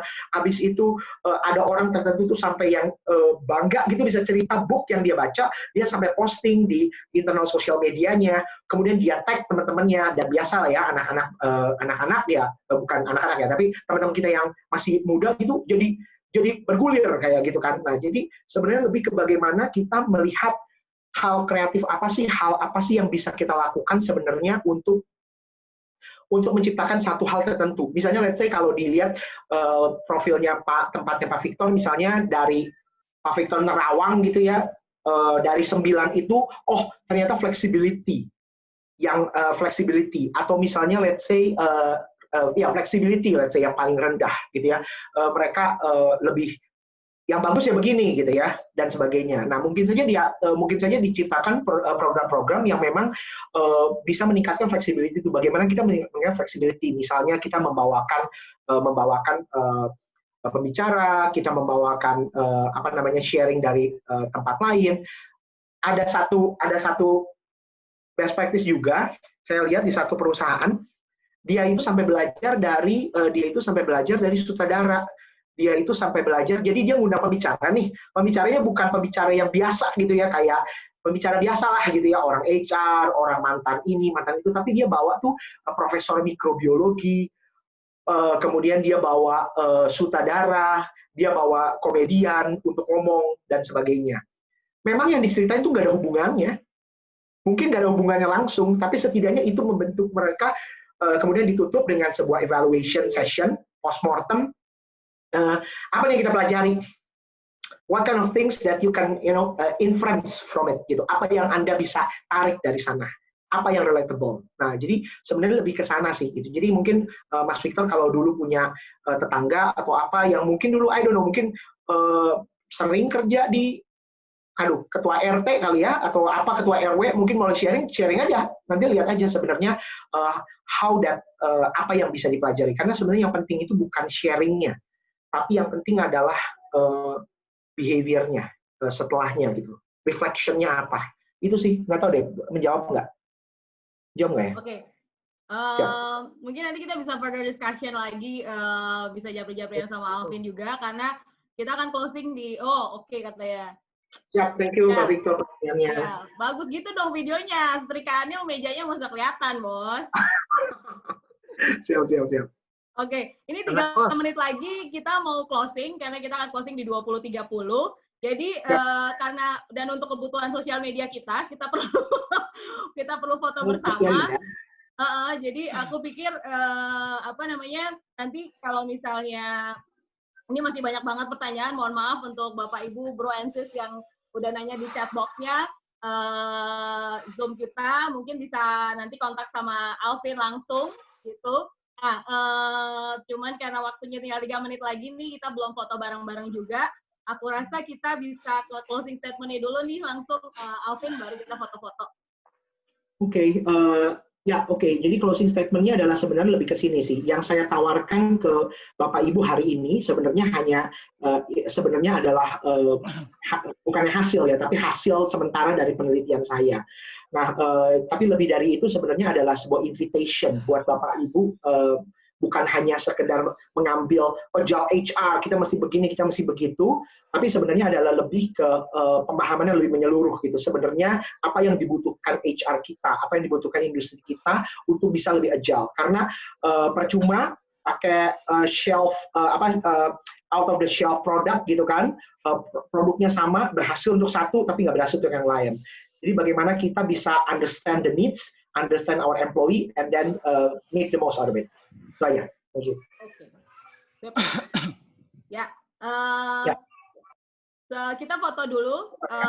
Nanti kalau misalnya sambil nungguin teman-teman pada keluar semua, biasanya saya nungguin nih sampai semuanya kosong. Nah, mungkin kalau di masa-masa itu masih ada yang mau nanya, bisa tuh ya Alvin nanti sambil bantu jawab. Gitu. Oke, terima kasih banyak Bapak Ibu, Bro and Sis untuk malam hari ini udah hadir semuanya. Mari kita foto bersama. No, lu bantuin foto dong, lu pakai handphone ya? Gue pakai handphone, nggak bisa. Sorry. Coach, bantuin aku. Coach, bisa nggak? Ya udah deh, mulailah. Oke, halaman. Ini mana ini? Halaman pertama, foto. Bentar ya. Mana ini? Ke Telegram ya, buat HR ya. Oke. Next, halaman kedua. Udah, yang nggak di halaman 2 jangan nyengir-nyengir. Hai, halaman kedua. Dan aku akan share. Halaman keduanya Mbak, halaman keduanya mereka bisa beda, Mbak. Benar. Ini aja untuk pastikan. Jadi makanya selama aku foto-foto harus eksis aja terus ya. Karena lo nggak tahu lo ada di mana. Dan lagi ngapain. Ini udah ketiga. Ini ada 7. Bentar ya. Aduh, ini halaman 4 kagak ada yang nongol sih. Udahlah, print screenin aja deh ya. Ini halaman keempat. Sabar ya. Kayaknya nyalain kamera yang ada di halaman-halaman yang tadi sih. Ya, sorry deh, ini fotonya ada foto-fotonya. Oke, ini udah. Nanti di crop sendiri aja ya. Kayaknya Mbak Dia nggak kedip-kedip tuh. Oke. Ren. Yo. Yes. Nah, sekalian bareng-bareng kita mau ngucapin sama Reno juga happy birthday untuk Erin. Early birthday. Mbak Erin. Ulang tahunnya besok sih, cuma ini early birthday. Besok. Besok. Terima kasih. Baru besok saya umur 40-nya. Nggak kelihatan kan ya? Nggak kan? Nggak kan? Jujur banget dia loh. Nggak kelihatan. Sorry nih, acara webinar Alvin jadi sekalian. Nggak apa-apa. Oke, Mbak Meti kita masih ada waktu nggak? Ini udah yang udah masih ada kegiatan lain boleh. Bye. Yang masih di sini sampai kita nungguin semuanya kosong, boleh sambil nanya tuh Alvin masih ada, padahal dia udah kruyuk-kruyuk kali itu lapar. Berarti besok makan siang gratis lah. Asik. Iya. Aku ini ada kelas abis ini. Jadi aku mungkin langsung kalau ada pertanyaan nanti tinggal mention aku aja di itu. Diskusi di grup aja nanti, Vin. Grup teman-teman ya. Boleh. Diskusi di grup ya. Thank you banget. Semoga berguna. Mohon maaf kalau ada salah kata. Thank you. Thank you so much. Thank you, keren. Thank you, Mas Alvin. Terima kasih, Bro Alvin. Sampai ketemu hari Sabtu. Sampai ketemu. Hari Sabtu. Iya, ada acara lagi yang baru hari Sabtu. Thank you. Kirain malam mingguan.